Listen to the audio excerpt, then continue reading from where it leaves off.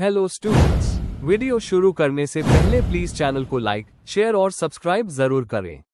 एक important information, अगर आपको इस वीडियो के नोट्स चाहिए तो डिस्क्रिप्शन बॉक्स में दिया गया डाउनलोड लिंक चेक करें। Thank you. चलिए शुरू करते हैं। इस वीडियो में हम पढ़ेंगे MANE7 ट्राइब्स इन इंडिया के प्रीवियस ईयर और most important questions with answers. यह क्वेश्चंस आपके एग्जाम के लिए बहुत इम्पॉर्टेंट है। अगर आपने ये अच्छे से कर लिए तो एग्जाम निकलना पक्का है। Let's begin. Question 6। Examine the issues faced by tribal populations owing to land alienation and debt bondage. Question explanation.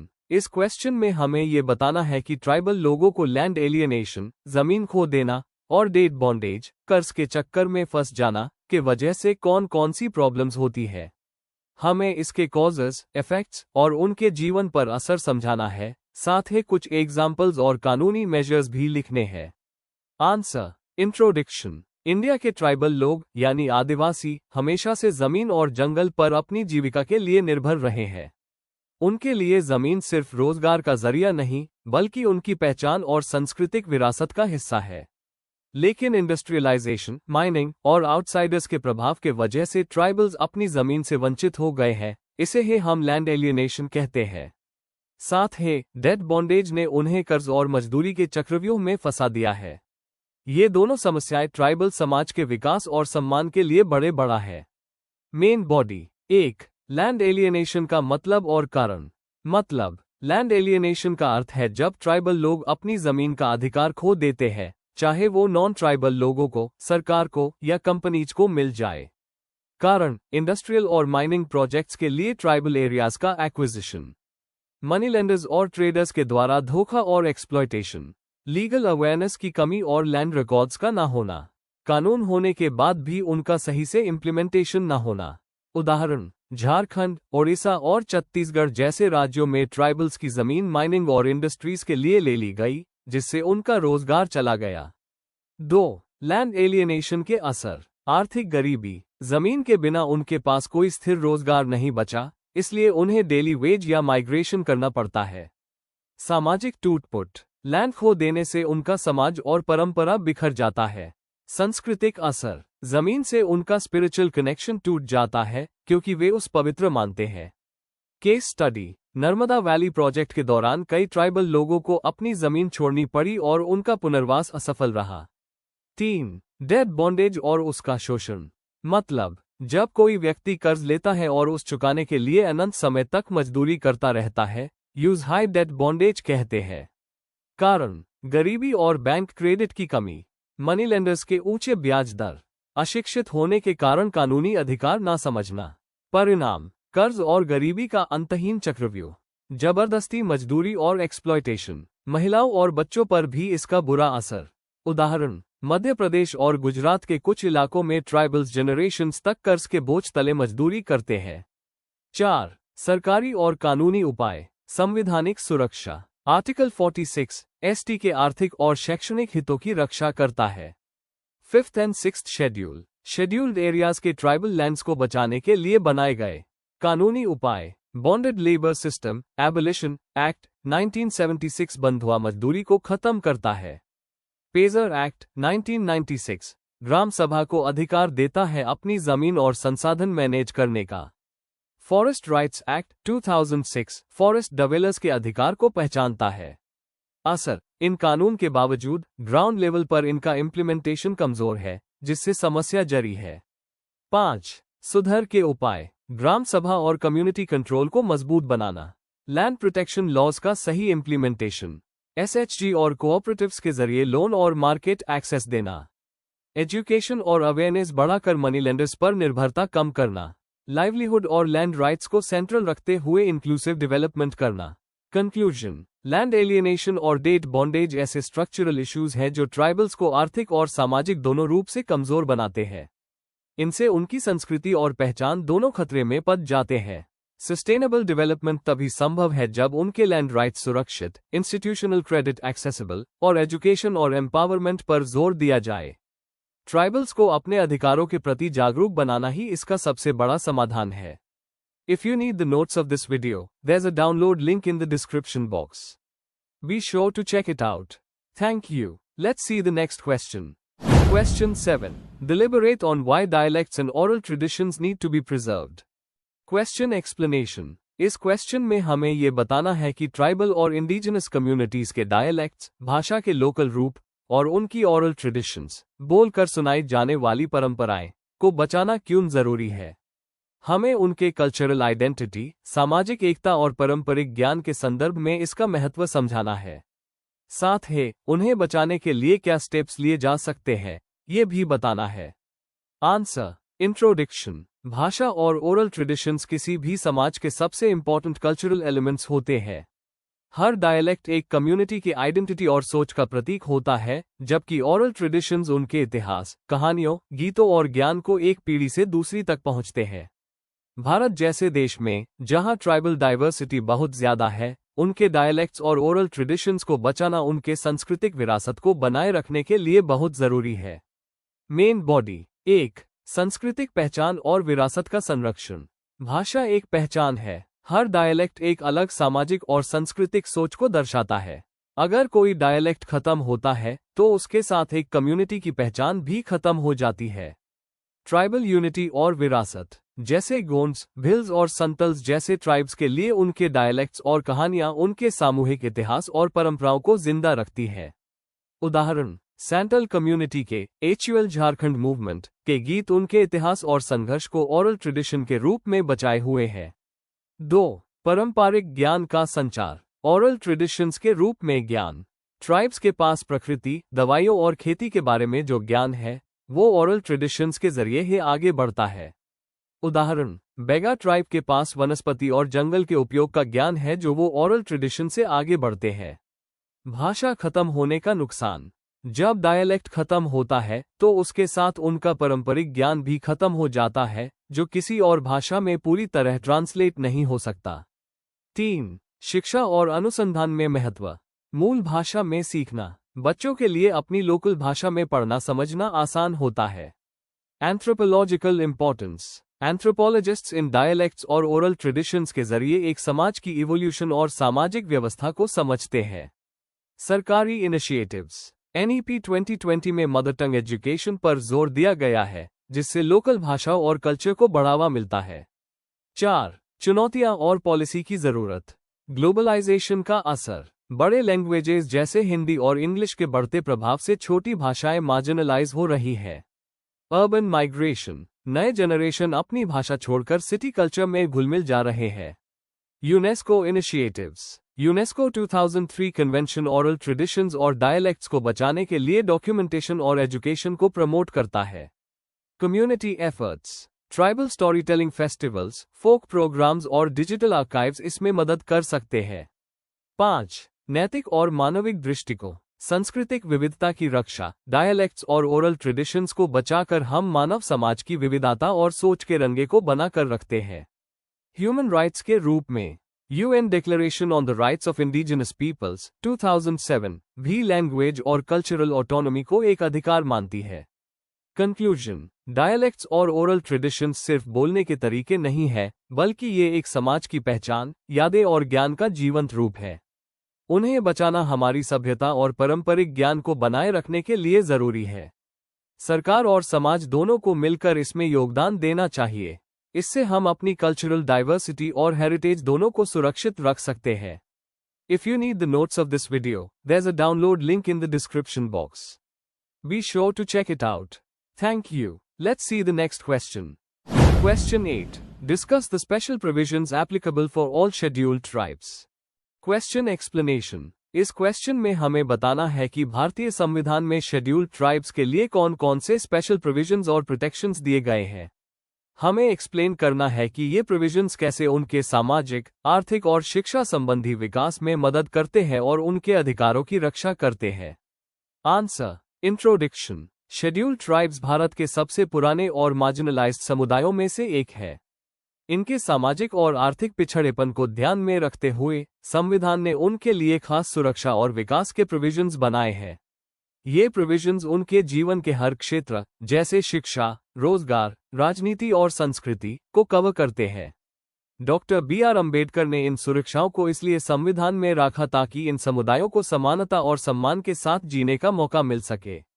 Main body. 1. संवैधानिक प्रोविजंस, कॉन्स्टिट्यूशनल प्रोविजंस। भारतीय संविधान में कई आर्टिकल्स एसटी के अधिकारों की रक्षा करते हैं। आर्टिकल 15(4) राज्य को अधिकार देता है कि वो एसटी जैसे पिछड़े वर्गों के लिए विशेष व्यवस्था करे। आर्टिकल 16(4) सरकारी नौकरियों में एसटी के लिए रिजर्वेशन का प्रावधान। आर्टिकल 46 राज्य को निर्देश देता है कि वो एसटी के शिक्षा और आर्थिक हितों को बढ़ावा दे। Article 244 and 5th and 6th schedules scheduled और ट्राइबल एरियाज के प्रशासन के लिए व्यवस्था। आर्टिकल 275(1) एसटी एरियाज के विकास के लिए केंद्रीय सरकार से आर्थिक सहायता। ये सब मिलकर ट्राइबल्स को सामाजिक न्याय और समृद्धि देने का काम करते हैं। 2. राजनीतिक सुरक्षा, पॉलिटिकल सेफगार्ड्स। एसटी को राजनीतिक सिस्टम में समावेशित करने के लिए आर्टिकल 330 एंड 332 लोकसभा और राज्य विधानसभा में एसटी के लिए सीट रिजर्वेशन।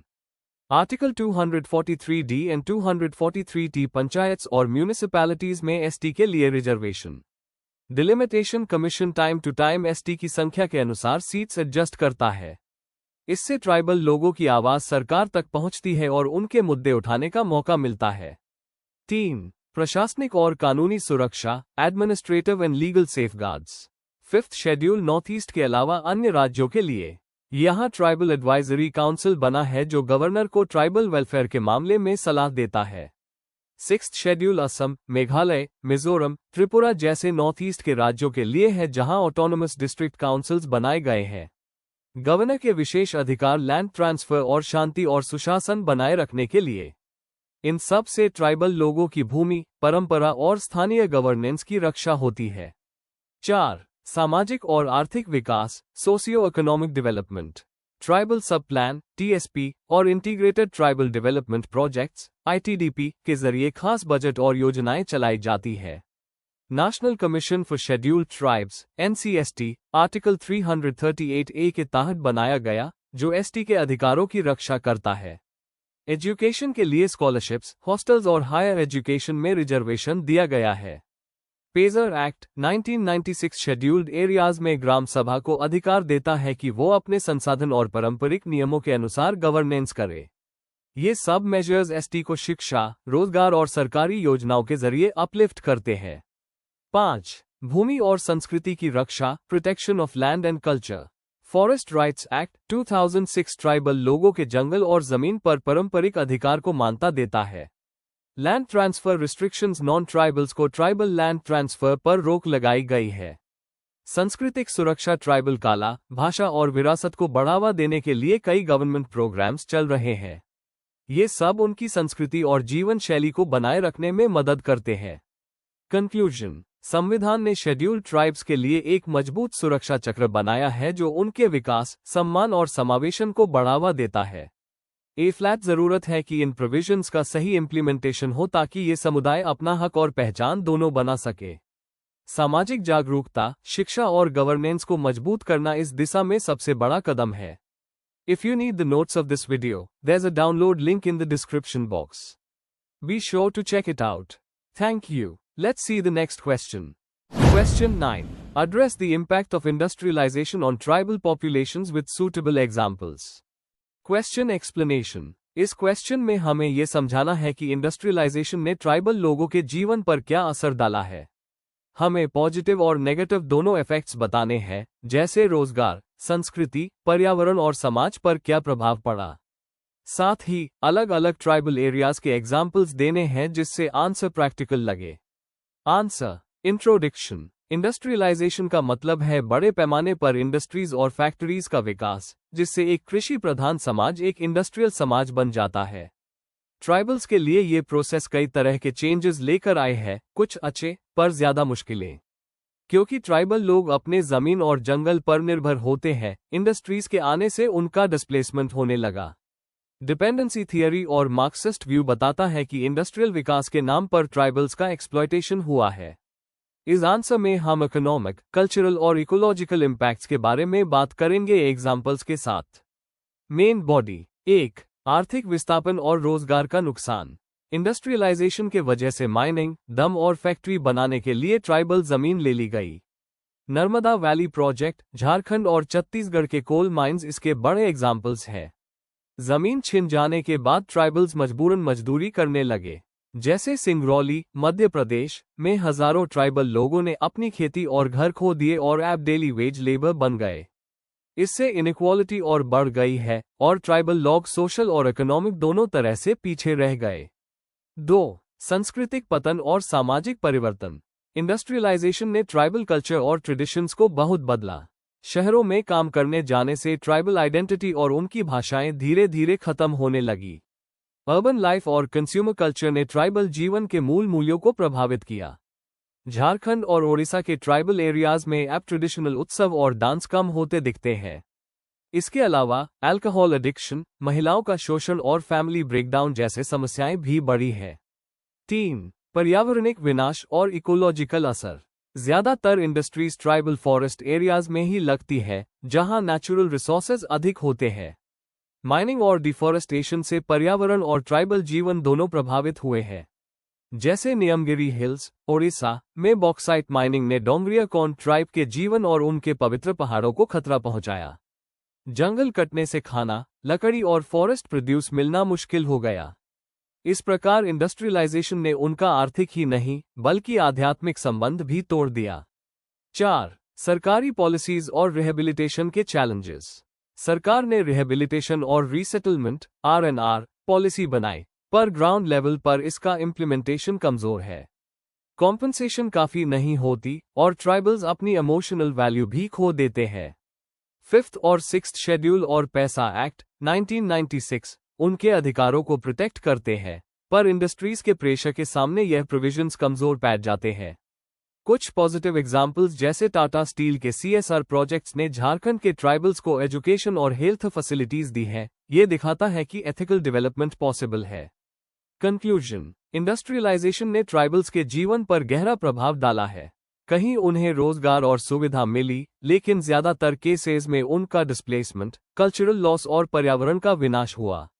जरूरत है कि विकास ऐसा हो जो इंक्लूसिव और सस्टेनेबल हो, जहां ट्राइबल्स के अधिकार और संस्कृति का सम्मान किया जाए। तभी असली अर्थ में डेवलपमेंट फॉर ऑल संभव है। If you need the notes of this video, there's a download link in the description box. Be sure to check it out. Thank you. Let's see the next question. Question 10. Write short notes on any two of the following. A. Tribes and depopulation. B. Ecological nationalism. C. Around. Question explanation. यह question आपसे छोटी पर detailed notes लिखने को कहता है, जिसमें आपको ट्राइबल डिपॉपुलेशन के कारण, इकोलॉजिकल नेशनलिज्म का कॉन्सेप्ट और अराउंड ट्राइब के सोशियो कल्चरल एस्पेक्ट समझाने हैं। हर टॉपिक में बेसिक डेफिनेशन, एग्जाम्पल्स और रेलेवेंस देना जरूरी है। आंसर। इंट्रोडक्शन। इंडिया के ट्राइबल लोग हमारे देश के सबसे पुराने और वाइब्रेंट कम्युनिटीज हैं। हर ट्राइब की अपनी कल्चर, भाषा और जीने का तरीका है। पर इंडस्ट्रियलाइजेशन, ग्लोबलाइजेशन और फॉरेस्ट लॉस ने इनके जीवन पर गहरा असर डाला है। डिपॉपुलेशन, इकोलॉजिकल नेशनलिज्म जैसे कॉन्सेप्ट्स और अराउंड ट्राइब का स्टडी इनके सामाजिक और सांस्कृतिक स्थिति को समझने में मदद करता है। Main body. A. Tribes and depopulation. अर्थ और संदर्भ। डिपॉपुलेशन का मतलब होता है किसी समुदाय की पॉपुलेशन का धीरे धीरे कम होना। ट्राइब्स में ये प्रॉब्लम डिस्प्लेसमेंट, डिजीज और लाइवलीहुड लॉस की वजह से होती है। डिपॉपुलेशन के मुख्य कारण: जमीन छिन जाना, इंडस्ट्रियल प्रोजेक्ट्स और माइनिंग से ट्राइबल लोगों की जमीन चली जाती है। हेल्थ प्रॉब्लम्स: मैलन्यूट्रिशन और हेल्थ केयर की कमी से डेथ रेट बढ़ता है। जंगल विनाश: फॉरेस्ट लॉस से उनके खाने और मेडिसिन का सोर्स खत्म हो जाता है। सांस्कृतिक दबाव: मॉडर्न सोसाइटी के प्रेशर से ट्राइबल आइडेंटिटी टूट रही है। उदाहरण: बिरहोर ट्राइब, झारखंड और ग्रेट अंडमानीज की पॉपुलेशन बहुत कम हो गई है। नॉर्थ ईस्ट के कुछ ट्राइब्स भी कॉन्फ्लिक्ट और इकोलॉजिकल बदलाव के चक्कर में अफेक्ट हुए हैं। परिणाम: डिपॉपुलेशन से ट्राइबल कल्चर, भाषा और नॉलेज खत्म होने लगता है, जिससे उनकी पहचान कमजोर पड़ जाती है। B. Ecological nationalism concept. Ecological nationalism का मतलब है एनवायरनमेंट को देश की पहचान और गर्व से जोड़ना। यह आइडिया कहता है कि प्रकृति की रक्षा हमारा राष्ट्रीय कर्तव्य है। ट्राइबल आंदोलनों से संबंध: ट्राइबल मूवमेंट्स जैसे चिपको मूवमेंट और नर्मदा बचाओ आंदोलन इकोलॉजिकल नेशनलिज्म के उदाहरण हैं, जहां लोगों ने जंगल और पानी बचाने के लिए संघर्ष किया। खास बातें, नेचर और कल्चर का संबंध, सस्टेनेबिलिटी और इंडिजिनस नॉलेज पर जोर, इंडस्ट्रियल एक्सप्लॉयटेशन का विरोध।